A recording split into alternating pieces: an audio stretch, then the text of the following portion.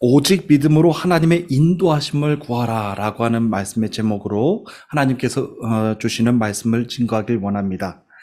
아무리 작은 일이라고 할지라도 하나님을 붙잡고 하나님의 인도하심을 구하면서 일하는 것은 믿음의 사람들의 삶에서 아주 중요합니다. 특별히 하나님의 인도하심을 구하지 않아도 되는 작고 덜 중요한 일을 하게 될 때도 있습니다. 하지만 일을 다 마치고 나면 그때 돼서 알게 됩니다. 일에 대한 자신감과 기쁨 그리고 축복이 하나님의 인도하심을 구하면서 했을 때가 훨씬 더 풍성한 것을 돌이켜보면 알 수 있게 됩니다. 그때는 하나님이 나와 함께 일해 주시고 함께 하셨기 때문입니다. 여러분, 비단 일뿐만이 아닙니다. 사람을 만나게 하실 때도 마찬가지입니다. 나는 전혀 알지 못했던 사람인데 꼭 필요한 사람들은 만나게 해주시고, 내가 혼자서는 할 수 없는 일들도 사람과 사람을 통해서 일하게 해주시는 하나님의 은혜를 나중에 돼서야 알게 됩니다. 결과적으로 하나님이 함께 일하셨을 때, 하나님의 인도하심을 간구했을 때 훨씬 더 풍성하게 나타나게 해주신 것을 보게 됩니다. 지금 우리는 코로나 시기를 거치면서 예기치 못했던 문제들을 수도 없이 많이 겪어왔습니다. 저는 그때마다 하나님께 기도했습니다. 하나님, 예기치 못한 문제들을 맞닥뜨릴 때마다 우리 성도님들이 놀라지 않게 해주시고 우리 성도님들의 가정과 기업을 주의 권능으로 지켜주옵소서. 우리 자녀들이 나아가는 학문의 길도 불확실한 세상 속에서 영원하고 분명하신 하나님의 말씀으로 자녀들의 길을 열어가 주시고 인도해 주옵소서.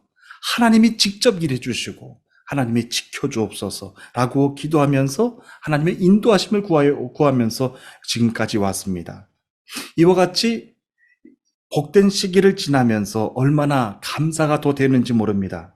이 어려운 시기를 지나면서도 믿음을 잃지 않고 믿음을 붙잡고 하나님께 간구하면서 우리 성도님들의 기업과 가정 그리고 자녀손들까지 다 지켜주신 은혜가 얼마나 더 감사하게 느껴지는지 모릅니다. 자녀들의 학문의 길도 마찬가지였습니다. 돌이켜보고 나니 모든 것들이 다 불확실했지만 하나님의 말씀은 분명하셨습니다. 하나님의 말씀은 영원하시고 분명하셨습니다. 그 말씀으로 우리들을 인도해 주셨고요. 그 말씀으로 우리들의 삶을 지켜주셨음을 보게 됩니다.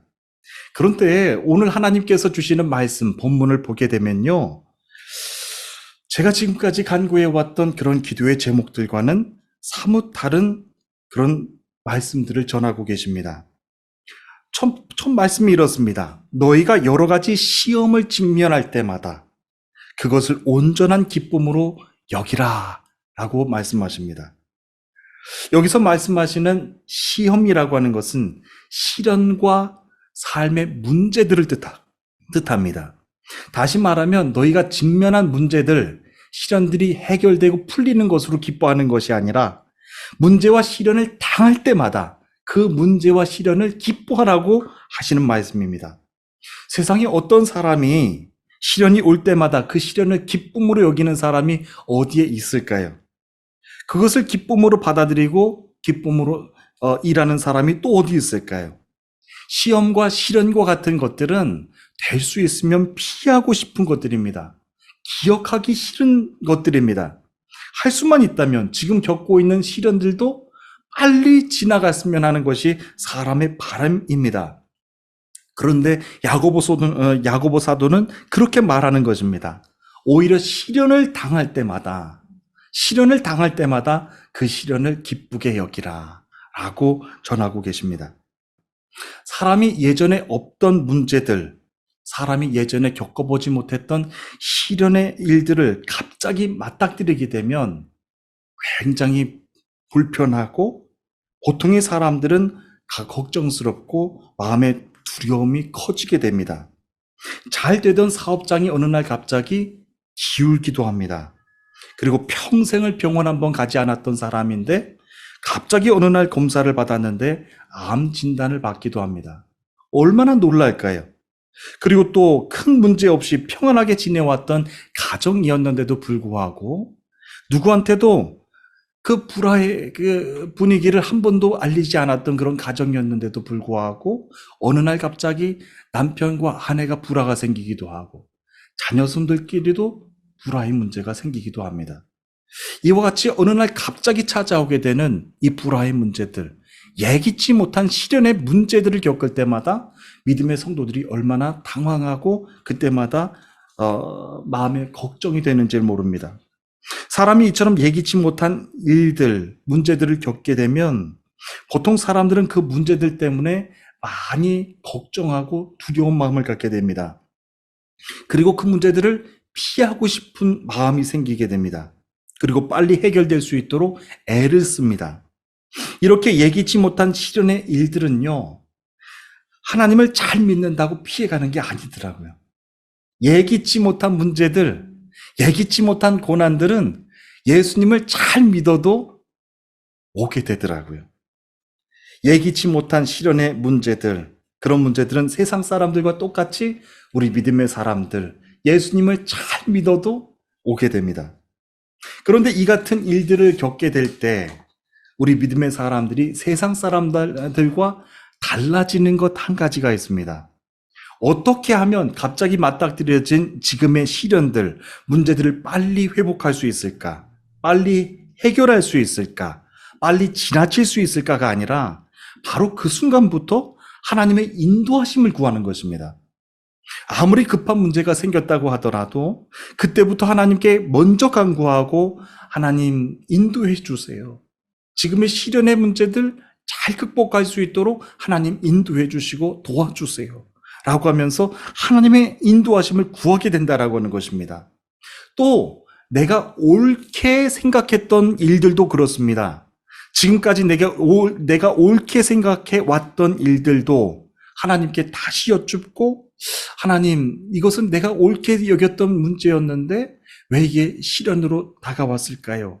라고 하면서 하나님의 인도하심을 다시 한번 간구하게 됩니다. 내게 옳게 생각했던 문제들도 하나님께 다시 묻게 됩니다. 세상 사람들은 자기가 옳다고 생각하는 것을 주장하고 날마다 고집하고 그것을 버리지 못합니다. 하지만 하나님을 잘 믿는 믿음의 사람들은 하나님이 옳다고 여기는 일들을 행하고 그것을 말하는 사람들입니다. 여기서부터 세상 사람들과의 삶이 차이가 납니다. 세상 사람들은 문제가 빨리 회복되길 바라지만 우리 믿음의 사람들은 바로 그 순간부터 하나님의 인도하심을 구한다는 것입니다. 저는 사랑하는 우리 주님의 성도 여러분, 여러분들의 삶 가운데 예기치 못했던 문제들이 지금 찾아왔습니까? 생각하지도 못했던 고난의 문제들, 지금까지 평안했던 가정의 문제들이 어느 날 갑자기 찾아왔습니까? 여러분, 그것을 빨리 해결하려고 하지 말고 바로 그 순간부터 하나님의 인도하심을 구하시는 저와 여러분 모두가 되시기를 주님의 이름으로 소원합니다. 하나님을 믿지 않는 사람들에게 복음의 말씀을 전하고 그들에게 예수님의 사랑을 나누는 일은 우리가 꼭 해야 되는 일입니다. 오직 성령이 너희에게 임하시면 너희가 권능을 받고 예루살렘과 온 유대와 사마리아와 땅끝까지 이르러 내 증인이 되리라 라고 말씀하셨습니다. 예수님의 지상 명령에 순종해서 복음의 말씀을 듣지 못한 이방인들에게 가서 선교해야 되는 일들은 참 맞는 일들입니다. 옳은 일입니다. 그리고 꼭 해야 되는 일입니다. 세계 이방 선교의 첫걸음을 내딛었던 사도 바울은 복음을 증거하기 위해서 복음이 전해지지 않았던 아시아로 가서, 지금의 터키 땅이죠? 아시아로 가서 복음을 증거하려고 했습니다. 그것이 사도 바울에게는 옳은 일이었습니다. 옳은 결단이었습니다. 그런데 그때 사도 바울에게 중요했던 것은요, 자기가 생각하는 옳은 일을 행하는 것이 아니었습니다.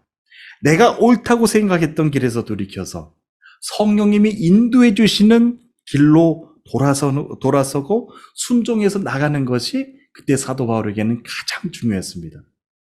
내가 옳다고 생각했던 길에서 돌이켜서 성령님이 인도해 주시는 길로 돌아서는 것, 그때 사도 바울의 삶 가운데 가장 중요했던 것이 바로 그것이었습니다.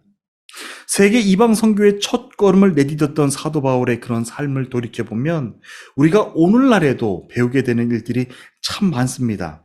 사도행전 16장에서 하신 말씀인데요. 제가 요약해서 말씀을 전해드립니다. 성령이 아시아에서 말씀을 전하지 못하게 하시거늘 예수의 영이 허락하지 아니하시는지라. 밤의 환상이 바울에게 보이니 마게도냐 사람 하나가 서서 그에게 청하여 가로되 마게도냐로 건너와서 우리를 도우라 하거늘 바울이 이 환상을 본 후에 우리가 곧 마게도냐로 떠나기를 힘쓰니 이는 하나님이 저 사람들에게 복음을 전하라고 우리를 부르신 줄로 인정함이라 라고 전하고 있습니다. 사도 바울은 하나님의 복음을 증거하는 것 자체가 중요하고 그것이 옳다고 생각해서 아시아로 먼저 갔었죠. 그런데 성령님의 인도하심은 아시아 쪽이 아니었어요. 유럽 쪽이었어요. 마게도냐로 와서 우리를 도우라라고 하는 환상을 사도 바울에게 보여주셨죠. 사도 바울은 그 환상을 보고 나서 즉각 성령님의 인도하심에 순종합니다. 성령님의 인도하심에 순종하고 나가겠습니다. 그러면서 우리를 부르신 줄로 인정함이라 라고 기록하고 있습니다. 사도 바울을 보면서 우리가 믿음의 큰 은혜를 받게 되는 것이 바로 이것입니다. 사도 바울은 다메섹 도상에서 나는 내가 핍박하는 예수라 라고 하는 이 말씀, 이 음성을 부르시는 자신을 부르시는 부활의 주님을 만나기 전까지는 바울은 늘 자기가 옳다고 여기는 일들만 행했던 사람이었습니다. 그런데 십자가의 사람, 부활의 사람이 된 이후부터는 내가 옳다고 생각하는 일들을 행했던 것을 내려두고 주님이 인도하시는 길로 나가는 사도 바울의 모습, 달라진 모습, 순종하는 바울의 모습을 보게 됩니다. 빌립보서 4장 11절부터 13절까지 있는 말씀입니다. 내가 궁핍함으로 말하는 것이 아니니라. 어떤 형편에든지 나는 자족하기를 배웠노니 나는 비천에 처할 줄도 알고 풍부에 처할 줄도 알아. 모든 일, 곧 배부름과 배고픔과 풍부와 궁핍에도 처할 줄을 아는 일체의 비결을 배웠노라. 내게 능력 주시는 자 안에서 내가 모든 것을 할 수 있느니라 하고 전하고 있습니다. 성령님의 인도하심에 늘 민감하게 살았던 사도 바울의 삶이 이렇게 달라졌습니다. 성령님의 인도하심을 경험하지 못하고 늘 율법에 매여서 살았던 그때는 내가 옳다고 여기는 일들만 행했던 사도 바울이었어요. 그런데 성령님의 인도하심, 성령님을 강하게 체험하고 나서는 그때부터는 내가 옳다고 여기는 일들을 행하는 바울이 아니었어요. 또 여러분 어떻게 궁핍했던 환경 속에서도 있을 수가 있고 배부른 환경 속에서도 있을 수가 있을까요? 여러분 비천하고 낮은 환경 가운데서도 있을 수 있고 높은 자리에서도 어떻게 있을 수가 있을까요? 성령님이 나를 인도해 주시기 때문에 성령님께 그렇게 인도해 주심에 순종해 왔기 때문에 사도 바울은 그렇게 살 수가 있었다라고 하는 것입니다. 사도 바울은 성령님의 인도하심을 그저 일할 때나 사역지를 옮길 때 정도에 간구했던 정도가 아니었습니다. 어떤 상황 안에서도 어떤 일을 하더라도 성령님의 인도하심을 구하면서 그때마다 인도하심에 세밀하게 반응하면서 순종하면서 나갔던 사도 바울이었습니다. 사도 바울은 그저 사역지를 옮길 때마다 사역지 어디로 옮겨야 될까요? 주님 간구했던 그 정도가 아니었고요. 바울에게는 옮길 때마다 새로운 일을 하게 될 때마다 그것이 능력이 되게 해주셨습니다. 그 능력으로 그 일을 행하게 해주셨습니다. 내게 능력 주시는 자 안에서 내가 모든 것을 할 수 있느니라 라고 고백하는 거예요. 배고픈 것도 능력이었고요. 배부른 것도 능력이었어요. 높은 자리에 있는 것도 능력이었고 낮은 자리에 처할 수 있었던 것도 능력으로 일했어요. 그것이 사도 바울의 삶 가운데는 달라진 모습이었어요. 사랑하는 주님의 성도 여러분, 지금 여러분들이 어려운 시기를 거치고 있습니까? 저는 그것이 단순하게 어려운 시기가 아니라 여러분들에게 능력으로 다시 채워주시는 복된 시간, 거룩한 시간이 되시기를 주님의 이름으로 축복합니다. 내가 아파도 돼요. 주님이 함께 해주시면 됩니다. 주님이 나를 아픈 자리에 놓여주셨기 때문에 그래요. 하나님, 내가 주님이 아픈 자리에 놓여주셨기에 여기에 순종하면서 있습니다. 하지만 간구합니다. 치료해 주시고 회복하게 해주시고 더 강건해져서 하나님의 사역, 하나님의 복음 사역을 능력으로 감당하게 해주세요. 라고 하면서 하나님의 인도하심을 간구하면서 가는 거예요. 그러니까 내가 아파도 기쁜 거예요. 내가 아파도 기쁘고 회복해도 기쁘고 내 영을 기쁨으로 채워주시는 하나님이 함께 해주시기 때문에 하나님과 함께 늘 순종하면서 나아갈 수가 있게 되는 것입니다. 여러분들의 삶이 그렇게 달라지면 얼마나 좋을까요?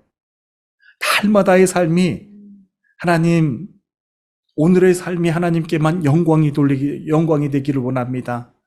사람을 만나도, 악한 사람을 만나도 하나님 나를 손해시켜주고 나를 악하게 만드는 그런 사람을 만나도 하나님 기쁨으로 그들의 삶을 축복합니다. 하나님이 만나게 해주셨기 때문입니다. 하지만 저는 그들에게 똑같은 방법으로 그들을 해코지하지 않습니다. 하나님이 나에게 주님의 마음을 품게 해주셨기 때문에 그렇습니다.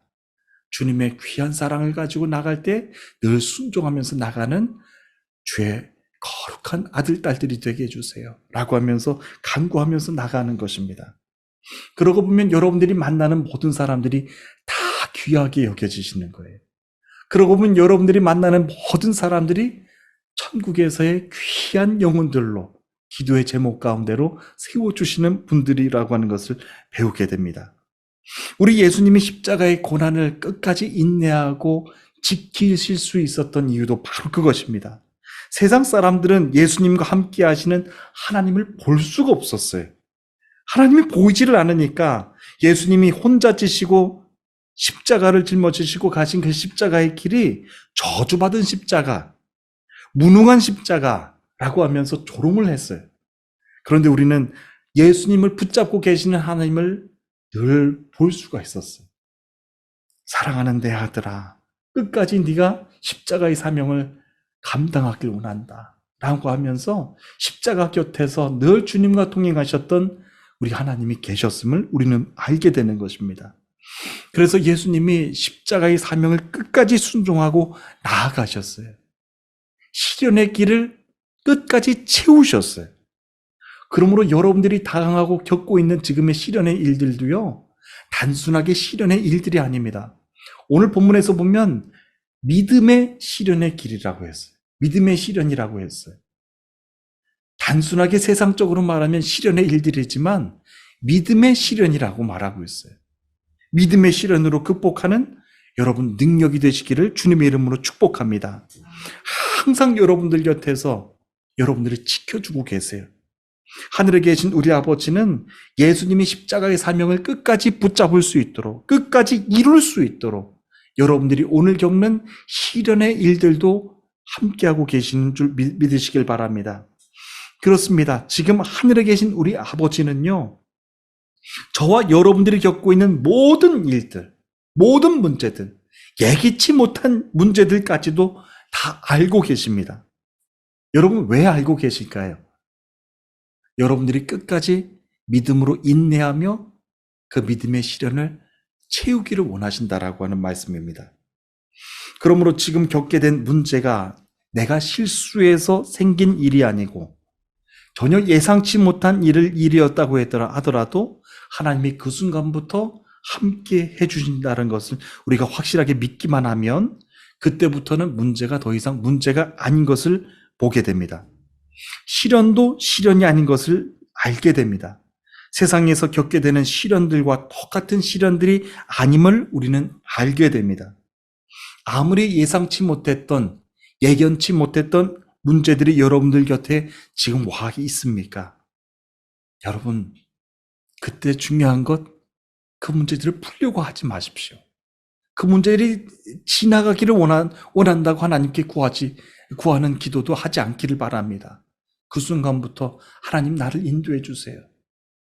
내 삶 가운데 온 문제들 하나님이 인도해 주시고 하나님이 선한 길로 주님 붙잡아 주옵소서 라고 간구하는 저와 여러분 되시기를 주님의 이름으로 소원합니다. 사람이 감당할 시험 밖에는 너희에게 당한 것이 없나니 오직 하나님은 미쁘사 너희가 감당치 못할 시험 당함을 허락지 아니하시고 시험 당할 즈음에 또한 피할 길을 내사 너희로 능히 감당하게 하시느니라. 고린도전서 10장 13절 말씀입니다. 내가 힘든 일을 겪고 있을 때 하나님은 단순하게 그냥 이겨, 극복해, 그렇게 말씀하시는 분이 아닙니다.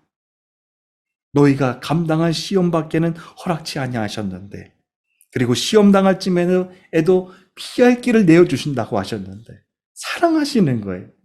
여러분들이 모든 믿음의 연단들을 이 정도면 극복할 수 있겠구나 라고 하시면서 여러분들을 잘 아시는 거예요. 그리고 시험 당할 쯤에는 피할 길도 주신다고 했어요. 그러니까 얼마나 여러분들이 세밀하게 잘 아시는 하나님이십니까? 믿음의 연단들이 때로는 어렵고 힘들게 느껴질지도 모르겠지만 하나님이 나와 함께 해주시는데 영적인 그 기쁨이 그보다 더 큰 때가 없더라고요. 그러니까 여러분들이 날마다 겪는 문제들, 날마다 시련의 일들을 겪을 때마다 여러분들은 혼자가 아니십니다. 하나님이 함께 계시고 하나님이 그 불길을 함께 열어가 주신다라고 말씀해 주시는 것입니다. 오늘 본문은 5절 말씀인데요. 너희 중에 누구든지 지혜가 부족하거든 모든 사람에게 능히 후히 주시고 꾸짖지 아니하시는 하나님께 구하라. 그리하면 주시리라. 라고 저는 증거하고 있습니다. 세상 사람들은 문제를 겪을 때요. 지혜가 부족해서 내가 실수한 것입니다. 라고 하는 말을 참 많이 합니다. 자신이 지혜가 부족해서 지금의 시련들, 지금의 문제들을 겪게 된 것이라고 세상 사람들은 생각합니다. 그러다가도 자기를 책망하기도 하고 내가 왜 실수했지? 라고 하면서 자기가 지혜 없음을 많이 자책하기도 합니다. 지난 일에 대해서 후회하기도 하고 그러면서 현재 삶을 기쁨으로 살아가지 못하는 것을 보게 됩니다. 이렇게 지혜가 부족하다라고 하는 말은요, 우리 믿음의 사람들도 어렵지 않게 하는 말이기도 합니다. 믿음의 사람들도 때로는 어려운 일들, 역경들, 고난들을 겪게 될 때마다 내가 지혜가 없어서 지금의 어려운 일을 겪게 된 거구나. 내가 실수해서 이런 지금의 문제들을 겪게 된 거구나. 라고 하면서 세상 사람들과 똑같은 생각을 하게 됩니다. 그런 면에서 보면 지혜는 세상 사람들이나 우리 믿음의 사람들에게 시련을 극복하는 데 꼭 필요한 것들입니다. 그런데 여러분, 야고보에서 전하고 있는 지혜는요, 세상 사람들이 말하는 경력이나 일에 대한 경력이나 배움, 그리고 학문과 같은 것들이 아닙니다. 잠언서 9장 10절에서 이렇게 증거하고 있습니다. 여호와를 경외하는 것이 지혜의 근본이거늘 거룩하신 자를 아는 것이 명철이다. 이렇게 증거하고 있습니다. 여호와를 경외한다라고 하는 말은 다시 말하면 여호와를 두려워한다라고 하는 마음입니다. 현대인의 성경에서는 이를 이렇게 번역합니다. 여호와를 두려워하는 것이 지혜의 첫걸음이요 라고 증거하고 있습니다. 이렇게 여호와를 두려워하는 마음이 지혜의 첫걸음인데 너희 중에 하나님을 두려워하는 마음이 없는 자가 있느냐 라고 하면서 넉넉히 주시는 하나님께 너희가 지혜를 간구하라고 말씀하고 있습니다. 지혜의 첫걸음은 여러분 도서관에서 공부하면서 생기는 게 아니라고 하는 거예요. 여호와를 두려워하는 마음이라고 하는 말씀입니다. 지난 짧은 2달의 시간들 돌이켜보니까 하나님께서 얼마나 정확하게 일하셨는지 사람과 사람을 만나게 해주실 때도요. 얼마나 정확하고 분명하게 사람을 만나게 해주시면서 꼭 필요한 치료들과 그런 일들을 하게 해주셨는지 몰라요. 영적인 기쁨이 저에게 가득 넘칠 수 있도록 때로는 하나님께서 예기치 못한 그런 선물들도 많이 허락해 주셨고요. 얼마나 분명하게 일해 주셨는지 몰라요. 그러면서 하나님께 회개하고 또 회개하는 시간을 가질 수밖에 없었어요. 내가 하나님의 일하심을 이처럼 두려운 마음으로 깨닫고 받아들이고 살았던가. 아니면 하나님의 일하심이 이렇게도 두렵게 일하시는데 나는 날마다 평안만 찾으면서 그렇게 나홀로의 신앙생활을 해왔던가 라고 하면서 많은 회개 시간을 갖게 하셨어요. 사랑하는 주님의 성도 여러분, 오늘도 여러분들의 삶을 불꽃 같은 눈동자로 지켜주시고 인도하시는 분이 하나님이심을 믿으시기를 바랍니다. 여러분들의 문제를 하나님이 모르실 것 같습니까? 여러분들이 겪는 시련들을 하나님은 모르신다라고 말씀하실 것 같습니까? 아니에요. 문제는 내가 하나님의 인도하심을 간구하지 않았을 뿐입니다. 문제는 내가 옳다고 여겼던 일들을 아직까지도 놓지 못하고 하고 있기 때문에 내가 문제인 것입니다. 이제 여러분, 내가 옳다고 생각했던 문제들, 생각했던 결단들, 그것을 이제 성령님이 인도해 주시는 그 길로 여러분들의 발걸음을 옮기시지 않겠습니까? 주님이 주시는 말씀은 늘 평안의 말씀이고 능력의 말씀입니다. 여러분들 생명의 길로 인도해 주시는 주님의 말씀임을 믿으시기를 바랍니다. 두려워하지 않고 늘 성령님의 인도하심 가운데 세밀하게 반응하시는 우리 모든 이즈미르 교회 성도님들 되시기를 축복합니다. 기업도 주님이 붙잡아 주십니다. 가정도 주님이 붙잡아 주십니다. 가정에 불안 문제들이 생기셨습니까? 여러분, 내가 빨리 그 길을 해결하려고 하는 것이 아니라 하나님, 내 가정 가운데 어느 날 찾아온 이 불화의 문제들 하나님 다 아시지요? 하나님 인도해 주세요. 하나님의 방법으로 해결해 주시고 하나님의 방법으로 이 길이 회복될 수 있도록, 치유될 수 있도록 아내의 마음을 만져주시고 남편의 마음을 만져주시고 상처 입은 우리 자녀들의 마음을 만져주세요 라고 하면서 하나님의 인도하심을 간구할 때 하나님은 여러분들의 가족 모든 사람들을, 모든 영혼들을 치유해 주시고 회복해 주신다라고 하는 말씀입니다. 우리가 하나님의 인도하심을 구하면서 마음의 걱정과 답답함이 남아있을 때가 있습니다. 그때는 바로 두 마음을 품고 하나님께 간구하고 있기 때문에 그렇습니다. 오늘 6절부터 8절까지 있는 말씀인데요. 오직 믿음으로 구하고 조금도 의심하지 말라. 의심하는 자는 마치 바람에 밀려 요동하는 바닷물결 같으니 이런 사람은 무엇이든지 죽게 얻기를 생각하지 말라. 두 마음을 품어 모든 일에 정함이 없는 자로다. 여러분, 하나님은 너무나도 분명하게 우리의 마음을 다 알고 계십니다. 두려운 마음으로 하나님께 나가야 됩니다. 두 마음을 품고 하나님께 나가고 있는지 아니면 정한 마음으로 온전히 여호와 하나님을 간구하면서 나가고 있는지를 오늘도 하나님은 분명하고 정확하게 다 마음을 세고 계신다라고 하는 말씀입니다. 우리가 하나님의 인도하심을 구하면서 마음의 걱정과 답답함이 있는 때 그때는 분명한 두 마음을 품고 하나님께 간구하기 때문에 그렇습니다. 사람이니까 그럴 수 있지. 아닙니다. 하나님은 여러분들이 정한 마음을 가지고 나오기를 원하시는 하나님이십니다. 정한 마음으로 예배의 자리를 찾는 여러분들을 원하고 계신다라고 하는 것입니다. 모든 일에 정함으로 일하시는 여러분들 되시기를 바랍니다.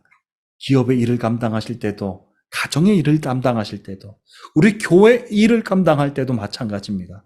정한 마음으로 하나님, 우리 교회를 세워주셨사오니 늘 기도의 능력이 강건한 교회 되게 해주시고 치유의 은혜가 가득 차 있는 아버지 교회 되게 해주셔서 아픈 이들이 이곳에 와서 치유받게 해주시고 마음에 상한 이들이 이곳 가운데 와서 위로받게 해주시고 주의 거룩한 성전을 주님이 세워주셨사오니 주님이 그렇게 복되게 해달라고 날마다 이 성전을 붙잡는 기도를 하면서 나가기를 원하는 것입니다. 정한 마음으로 하나님께 나오는 믿음의 거룩한 백성들, 그 백성들을 오늘도 하나님은 귀하게 여겨주십니다. 예배 자리가 복되시기를 바라겠고 예배 자리에 나오실 때마다 여러분들이 간구하는 모든 기도의 제목들이 응답받는 아버지, 그런 복이 여러분들 가운데 가득 넘치시기를 축복합니다. 다 함께 기도하시겠습니다.